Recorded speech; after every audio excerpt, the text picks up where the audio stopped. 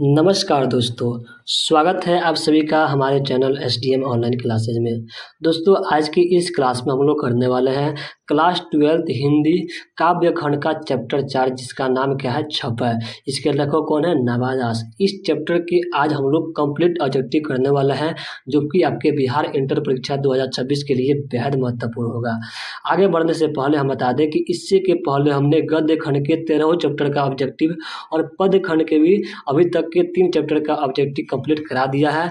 अगर आपने नहीं किया है तो इस वीडियो के डिस्क्रिप्शन में उसका लिंक दिए हैं, वहाँ से सभी क्लासों को जरूर कर लीजिएगा या फिर इसी चैनल के प्लेलिस्ट में जाकर इन सभी वीडियो को जरूर देख लीजिएगा। चलिए बिना देरी किए बिना समय गए हम लोग क्लास को शुरू करेंगे। क्लास को शुरू करने से पहले एक बार माँ सरस्वती की आशीर्वाद ले लेते हैं, तो प्रेम से बोलिएगा माँ सरस्वती की जय। चलिए अपने क्लास की ओर बढ़ते हैं।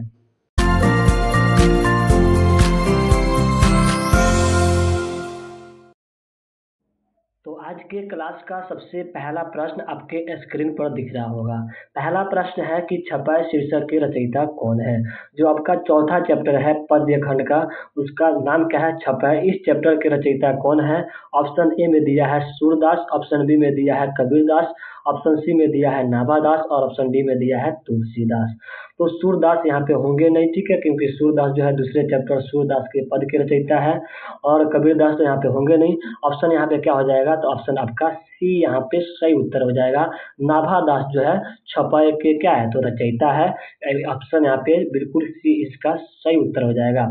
जितने सारे चैप्टर है और उसके लेखक के नाम है उसको अच्छे से याद कर लीजिएगा, क्योंकि यहाँ से प्रश्न बनते ही बनते हैं। तो छपै का रचयिता आपके नाभा दास हो जाएंगे। ऑप्शन सी यहाँ पे सही उत्तर हो जाएगा। अगला प्रश्न है कि छपै जो है कितनी पंक्तियों का छंद होता है। जो छपै है ना, इसमें जो है टोटल कितनी पंक्तियां होती है, कितनी पंक्तियां होती है। तो आप जो किताब पढ़े होंगे, जो या लाइन पढ़े होंगे, जो पाठ को पढ़े होंगे, तो उसमें देखे होंगे कि 2 पद थे, दोनों पद में जो है टोटल 6 पद है। कितने? 6 पंक्तियों का छंद है। टोटल 2 पद है, दोनों पदों में जो है 6 पंक्तियां है। कितनी पंक्तियां है? तो 6 पंक्तियां है।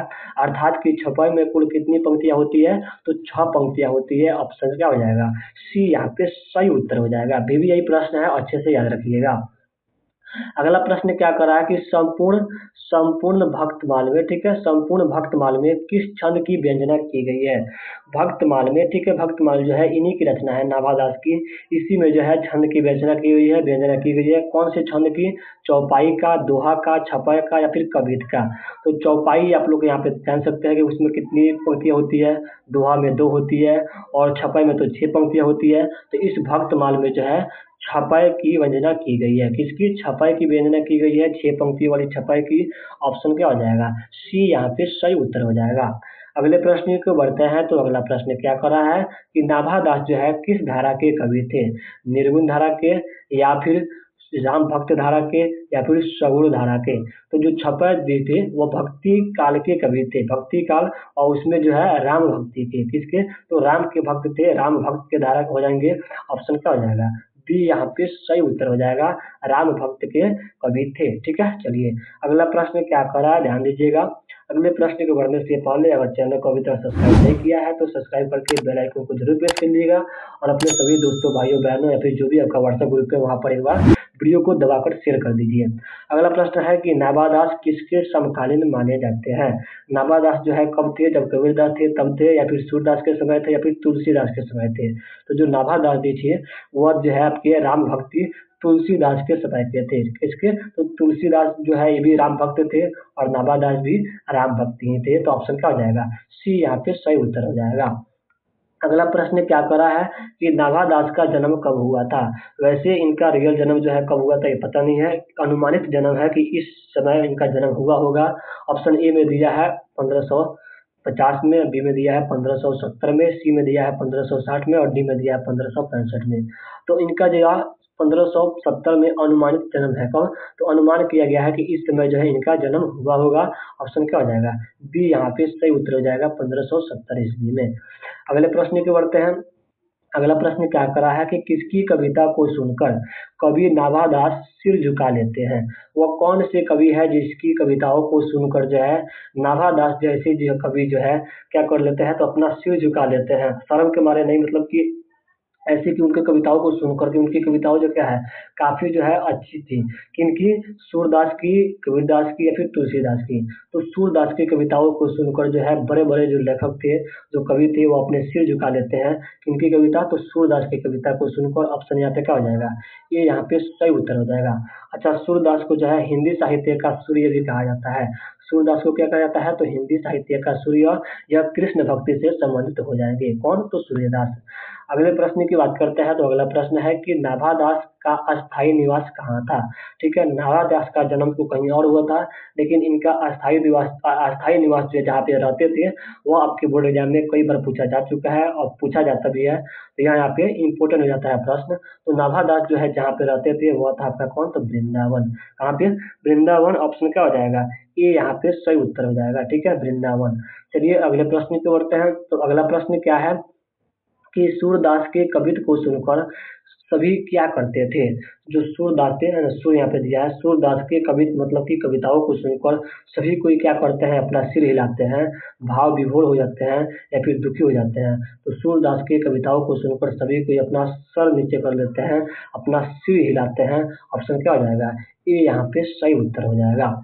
अगले प्रश्न की बढ़ते हैं। तो अगला प्रश्न क्या है कि सुर कवित्व सुनी कौन कवि में कौन सा अलंकार है ना? अलंकार वाला प्रश्न तो काफी याद पूछा जा चुका है, कई बार पूछता भी है ना? कि सुर कवित्व सुनी कौन कवि में कौन सा अलंकार है? यमक, रूपक, उपमा या फिर अनुप्रास।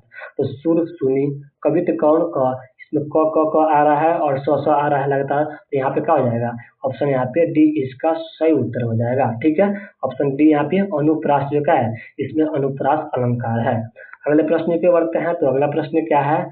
कबीर किसमें भेद नहीं करते थे?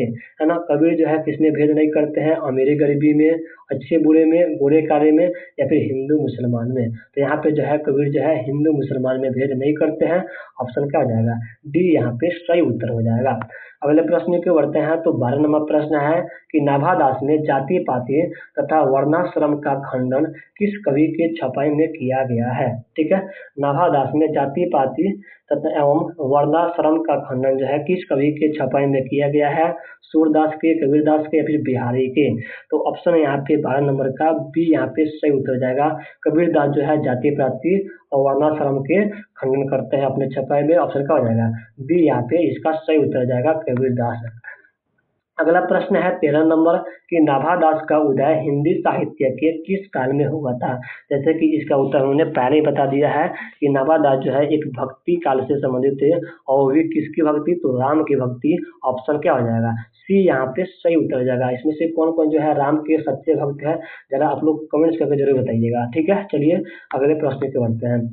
अगला प्रश्न क्या है कि सबके हित का वचन कौन कहते हैं? सबके लिए एक साथ बात कौन करते हैं? सूरदास जी, कबीरदास जी, जायसी जी या फिर विद्यापति जी। तो यहाँ पे जो है इसका सही उत्तर हो जाएगा आपका कबीरदास जी, है ना? ऑप्शन क्या हो जाएगा? बी यहाँ पे सही उत्तर हो जाएगा। यह सबके हित के वचन की बात करते हैं, है ना? किसी से भेदभाव नहीं करते हैं, सबके हित के बारे में सोचते हैं। अपने मन से जो आत्मा, जो हम लोग जानते हैं, जिस आत्मा को अपने मन में देखते हैं उसकी पूजा करने की बात करते हैं, न कि जो फोटो है, न कि जो दिखाई नहीं देता है उसकी यहाँ पे बात करने की बात नहीं करते हैं, उसकी पूजा करने की बात नहीं करते हैं। मतलब कि ये जो है मूर्ति पूजा से भी दूर रहते हैं और जो अड़जान होती है अब मुसलमानों में उससे भी दूर रहते हैं। जब कहते हैं कि हमारे जो आत्मा जो हमको जिसको स्वीकार कर रहा है, जिसको पुकार रहा है, उसकी बातें सुनो जिसको कोई देख नहीं सकता है ना?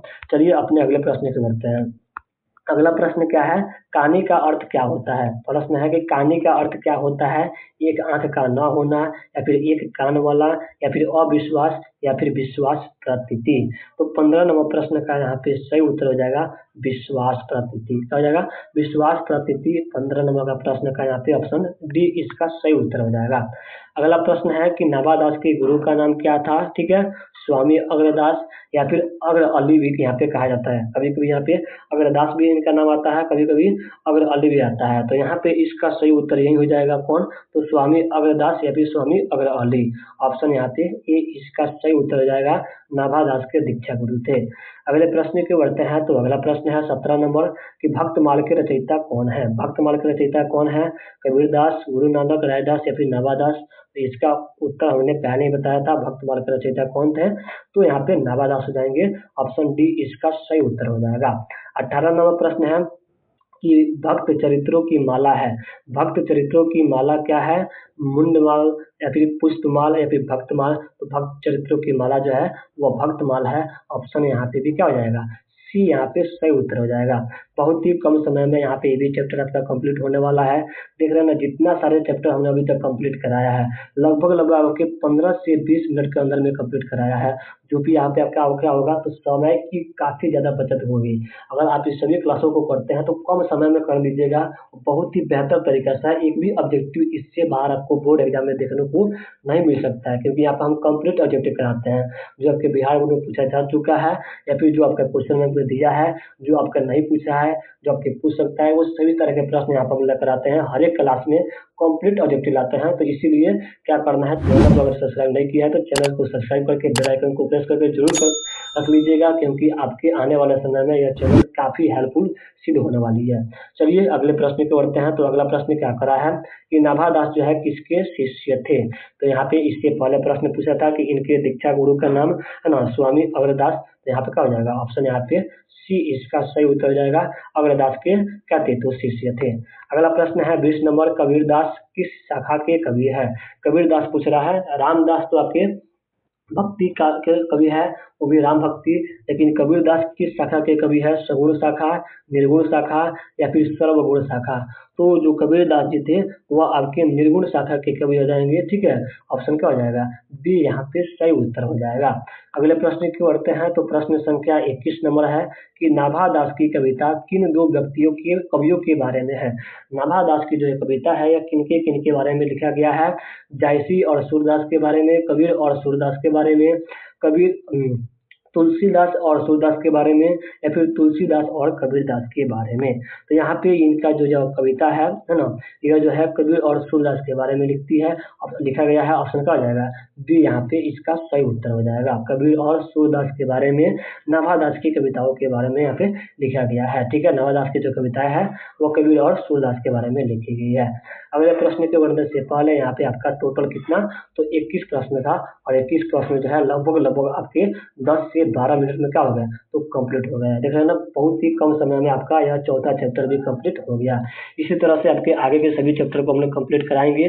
तो चैनल पर अगर नए हैं तो चैनल को सब्सक्राइब करके बेल आइकन को प्रेस करके जरूर रख लीजिएगा। मिलते हैं अगले क्लास में, तब तक के लिए जय हिंद, धन्यवाद वीडियो देखने के लिए।